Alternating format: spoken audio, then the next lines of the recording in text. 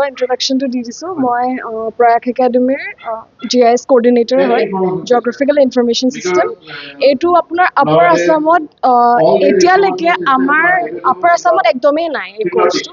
চ' ভাবিছোঁ যে আমি অলপ এইটো এক্সপ'জাৰ দিওঁ, যোনবোৰ আমাৰ ষ্টুডেণ্টছ তাহাঁতিও যেন মানে অপৰচুনিটি এটা পাওক, মানে যাতে ভাল মানে চাকৰি পোৱাৰ ক্ষেত্ৰতে হওক। লাইক তাই এতিয়া কৈয়ে গ'ল, মালিন হানচিপিয়ে কৈয়ে গ'ল, তাই গোটেইখিনি বস্তু আল্টিমেটলি তাই ক'লেই।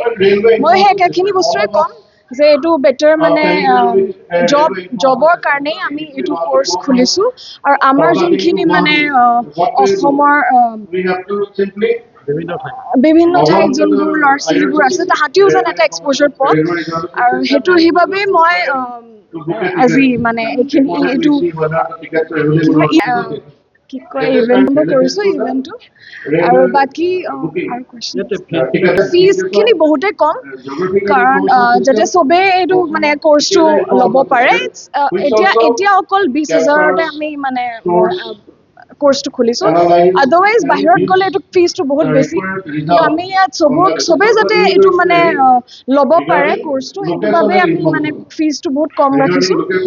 আৰু বাকী আশা কৰোঁ যে ল'ৰা ছোৱালীবোৰ আহে, আৰু আমাৰ এতিয়া অলৰেডি এডমিশ্যন হৈ গৈছে ইয়াত। মই বিচাৰোঁ যে মই নিজেও এজনী ট্ৰেইনাৰে হয়, মই GIS বেকগ্ৰাউণ্ডৰে হয়।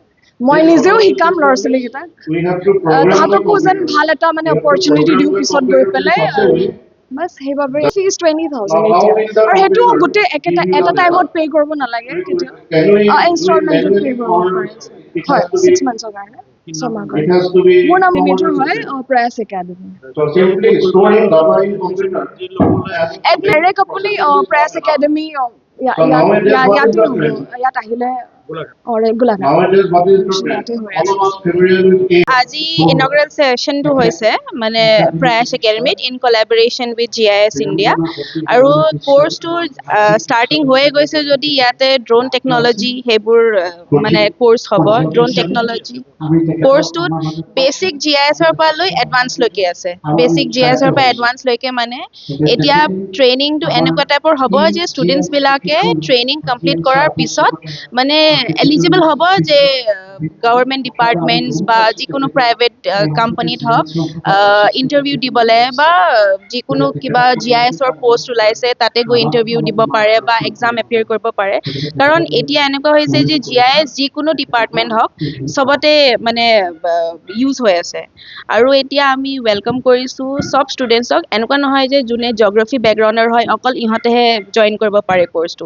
কোনোবাই যদি চিভিল ইঞ্জিনিয়াৰিঙৰ হয় বা পলিটেকনিক বা লেটছ চে এগ্ৰিকালচাৰৰ হয়, কোনোবাই যদি GISৰ কোৰ্চ কৰিব বিচাৰিছে, কোনোবাই বুলি নহয়, এতিয়া ষ্টুডেণ্টছবিলাকক আমি এৱেৰনেছ দিছোঁ যে GIS চব ছেক্টৰতে ইউজ হয়।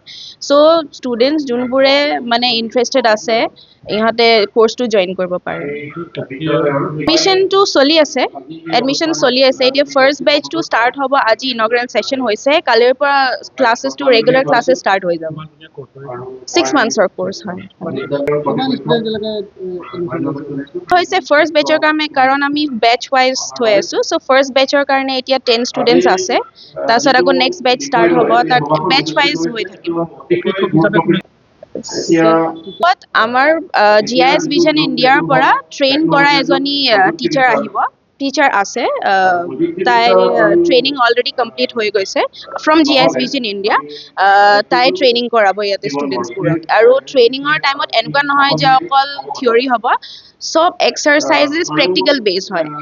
প্ৰেক্টিকেল বেছ মানে এতিয়া কম্পিউটাৰত গৈ প্ৰেক্টিকেলবোৰ কৰাব, অলপমান ছাৰ্ভে ৱৰ্ক হ'ব, GPS ইউজ কৰি কেনেকৈ ছাৰ্ভে কৰিব পাৰে। মানে কোৰ্চটো এনেকুৱা টাইপ ডিজাইন কৰা হৈছে যে ষ্টুডেণ্টছবিলাকে বহুত ইণ্টাৰেষ্ট পাব। ফিল্ড ৱৰ্ক আছে, ঘূৰি GPS ছাৰ্ভে কৰিব, সেই GPS ছাৰ্ভেটো ডেটাটো কালেক্ট কৰি ছফ্টৱেৰত ভৰাই তাৰপিছত মেপ বনাব। চ' ষ্টুডেণ্টছৰ কাৰণে এনেকুৱা নহয় যে অকল এটা জেগাতে বহি চব কৰিব লাগিব। ডেটা কেনেকৈ কালেক্ট কৰিব লাগে, ক'ৰ পৰা কালেক্ট কৰিব লাগিব, আৰু কেনেকৈ ইউজ হয়, মানে ষ্টুডেণ্টছে নিজে গম পাব যে কেনেকুৱা আৰু ক'ত ইউজ কৰিব লাগে। এডমিশ্যনছৰ কাৰণে তেওঁ কৈ দিব আপোনাক। এনি এডমিশ্যনছটো প্ৰয়াস একাডেমীতে হৈ আছে। মোৰ নাম মালিন হানচিপি মই ৰিপ্ৰেজেণ্ট কৰি আছোঁ GIS ভিজন ইণ্ডিয়াৰ পৰা যোনটো আমি কলাবৰেট কৰিছোঁ উইথ ফ্ৰেছ একাডেমি মই GIS এনালিষ্টৰ মানে GIS এনালিষ্ট হয় চ' মই ইয়াতে ষ্টুডেণ্টছবোৰক এটলিষ্ট এৱেৰনেছ বা এক্সপ'জ কৰিব আহিছোঁ যে GIS এ কিমান আগবাঢ়িছে বা ষ্টুডেণ্টছৰ কাৰণে কিমান বেনিফিচিয়েল হয় ফৰ দেয়াৰ কেৰিয়াৰ অলছ'